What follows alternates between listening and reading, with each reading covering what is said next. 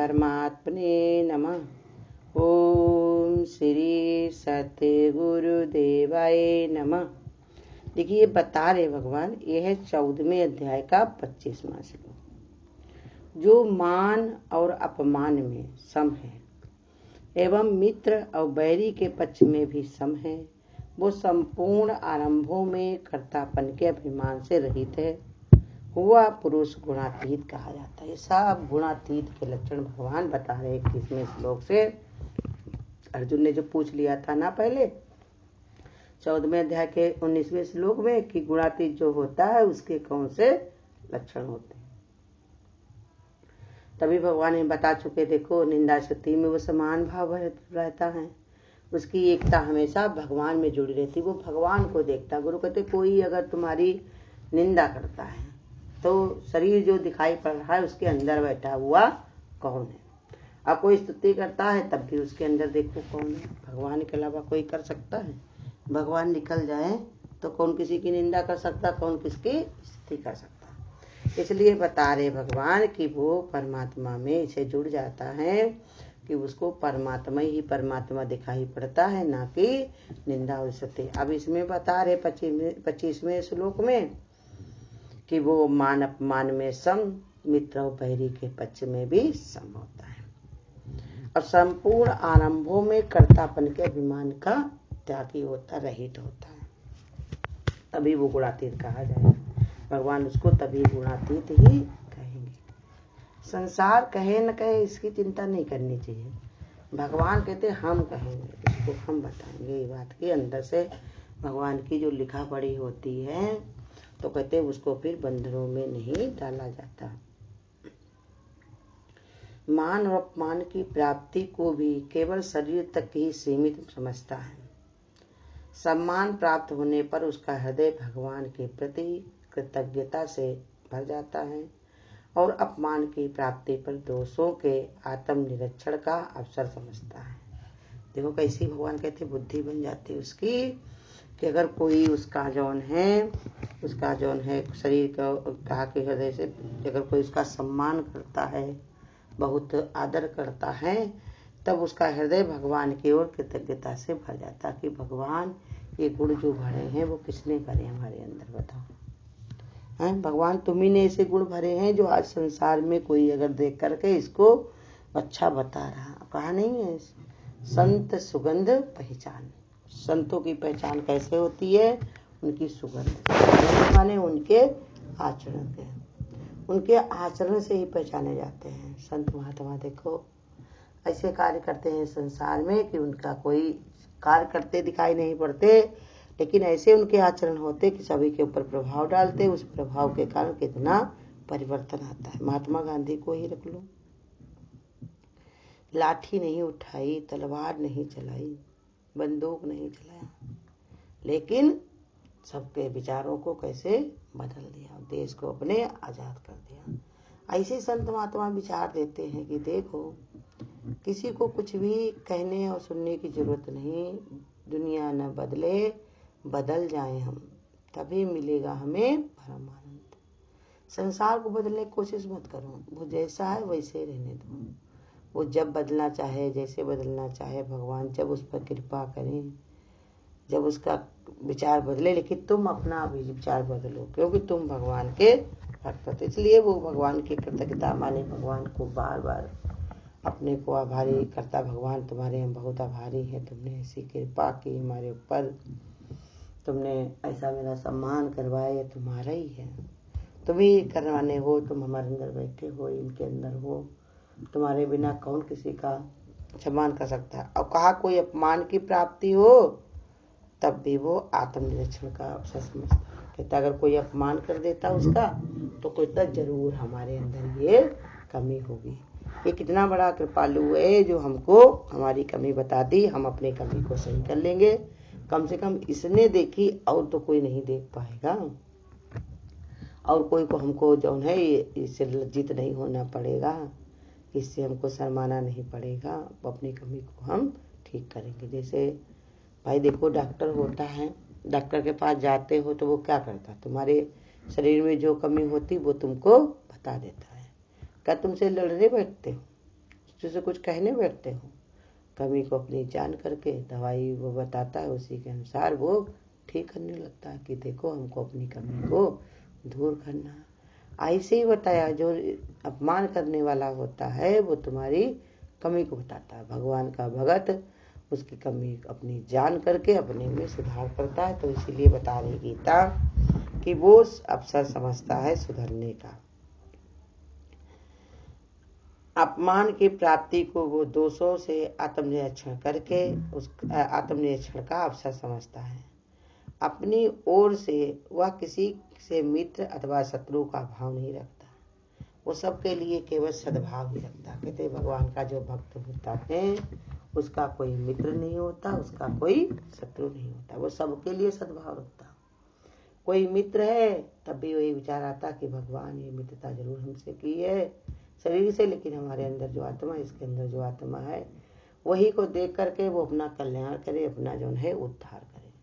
और कोई शत्रु है तब भी कहते भगवान तो इसके अंदर भी है, ये अपने अंदर इसी जागृति भगवान इसके अंदर आ जाए कि जो अपमान करता है लोगों का, हमारा ऐसे चाहे तो कोई बात ही नहीं है, तो उसके ऐसी बुद्धि पलट जाए, इसका काम बढ़े नहीं, जल्दी से जल्दी खत्म हो जाए। तो इसलिए वो अपने सभी में सद्भाव रखता है, परंतु दूसरों से मित्रता या शत्रुता के भाव प्राप्त होने पर वो हर्षित न होता न बुरा मानता। देखो भाई, अपने को बदल सकता है कोई, लेकिन दूसरे को बदलना आसान है नहीं। तो दूसरा वाला जिसका अपना जैसा मानता होगा, उसका काम बन जाएगा तो तुम्हें मित्रता मानेगा, कोई उसकी तुमसे काम उसका बिगड़ जाएगा। भाई किसी घर में तुम सत्संग भजन ही करते हो तो कोई को अच्छा लगता है तो वो नाचने लगता, खुशी दिखाने लगता। और कोई होता कितना खर्चा करा दिया, कितना काम बढ़ा दिया, कितनी समस्या हो गई, तो गुरु कहते वो निंदा भी करने लगता। तो इसलिए भगवान का भक्त कहता है दूसरे को स्वभाव तो हम नहीं बदल सकते, तो इसलिए जैसे कोई भी करता है तो कैसी परिस्थिति आ जाए, कोई चाहे उसकी जो नहीं हर्ष बहुत कोई मित्रता दिखाए तो हर्षित नहीं होता, और कोई उससे शत्रुता करे तो उससे वो बुरा नहीं मानता। हर परिस्थिति में उसकी दृष्टि इस प्रकार रहती है कि किसी प्रकार उसके द्वारा सबका हित साधन हो। वो कहता भैया कैसे भी हो सबका हित साधन हो, मतलब सबका कल्याण उद्धार हो। ये मतलब नहीं रहता है कि कोई हमसे बैर बांध रहा तो उसका कल्याण ना हो। कल्याण होगा तो गुरु कहते हैं सबके अंदर इंसानियत, सबके अंदर परमात्मा का विचार, भगवान का विचार रहता है, सबका जो है कल्याण हो, उद्धार हो। कोई ऐसा ना हो संसार में जो कल्याण से वंचित रह जाए। संत महात्मा इसीलिए तो हर गली गली में जाकर के ज्ञान की ज्योति जलाते हैं। दादा भगवान ने कैसी गली गली घर घर में ज्योति जलाई ज्ञान की, कि कोई घर अंधेरा न रह जाए, कोई के घर में बिना ज्ञान का कोई नहीं रह जाए, किसी का जीवन निरस न रह जाए, सबको तृप्ति मिले, शांति मिले, आनंद मिले, सब भगवान की भक्ति में खो जाए। देखो मीरा भी कहती है राम नाम के हीरे मोती मैं बिखराऊं गली गली, अब ले ले रे कोई राम का प्यारा शोर मचाऊं गली गली। जरूरत क्या थी सब गली गली बेचने की, लेकिन बेच रही इसलिए है कि सबको ये आनंद और तृप्ति मिले। ऐसे जिसके गुणातीत वाले लक्षण होते हैं, जो संसार में गुणों से अतीत हो जाता है, तो उसके अंदर भी ये सब विचार आने लगते हैं कि सबका हित और साधन हो ना, जिसका सबका हित हो। और नहीं अगर हित हो रहा है, कोई गुरु नहीं मिले हैं निष्कामी, तो ऐसा आगे मिले, वो साधक बने, रास्ते में चले। संसारिक वस्तुओं में तृष्णा, स्पृहा, आसक्ति इत्यादि का अभाव होने के कारण उसकी कोई संसारिक महत्वाकांक्षा नहीं होती। करे देखो संसारी वस्तुओं में तृष्णा, स्पृहा, आसक्ति का अभाव होने लगता है उसके अंदर, क्योंकि संसार में महत्वाकांक्षा उसकी नहीं है, संसार से उसका कुछ लेना देना है नहीं। काम खत्म हुआ नहीं कि अपने ही स्वदेश में जाना है, अपने ही परमात्मा के पास जाना है, जहाँ से हम आए हैं वही हमको जाना, इसलिए उसकी कोई तृष्णा नहीं रहती। तृष्णा माने कामना, हमेशा उसके अंदर कामना इतनी भरी रहती है कि भगवान को भी गाली देने रहता। तृष्णा का कासा तेरा हरदम खाली है, झूठी दुनिया के आशा का सवाली है। संसार में मांगते रहते हैं, लेकिन का मांगो कुछ धीर ना रही, देखत नैन चला जग जाई, सोने के खम रुपए के छज्जा उन रावण घर दिया न बाती। इतना सब कुछ होने पर भी रावण के पास कुछ भी नहीं, अपने आप ही उसे दसों सर कटवा करके उसको चलना पड़ा।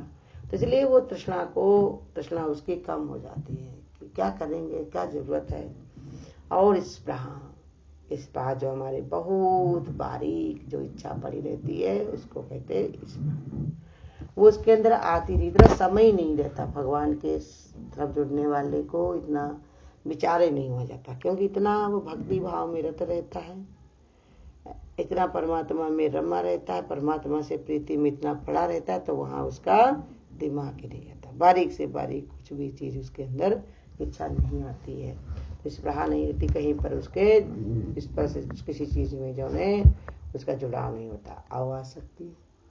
आसक्ति गुरु कहते कहीं नहीं रहती, जो चीज है भगवान ने दी है तो भगवान खुद ही देख रेख करेगा, अगर चली गई है तो हमारी जरूरत की नहीं होगी, जिसकी जरूरत की है उसके पास पहुंचेगी। क्योंकि संसार की महत्वाकांक्षा नहीं होती, संसार की तरफ उसकी कोई मतलब कोई जुड़ाव नहीं रहता, कोई इच्छा नहीं रहती, इसलिए ऐसा स्वभाव उसका बन जाता है। किसी भी कार्य का आरंभ इस दृष्टि से नहीं करता कि इसमें उसका कोई स्वार्थ सिद्ध होगा।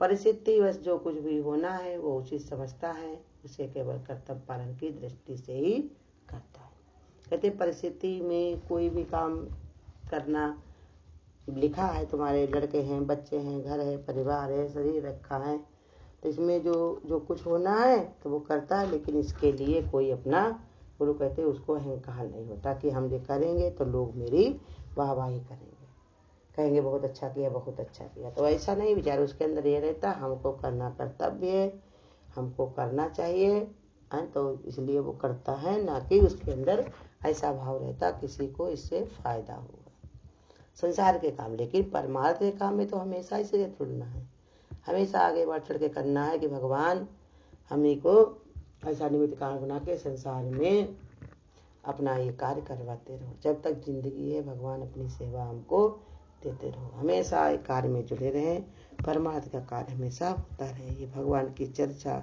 भगवान का प्रचार हमेशा होता रहे, कभी इससे हमारा जीवन खाली न हो,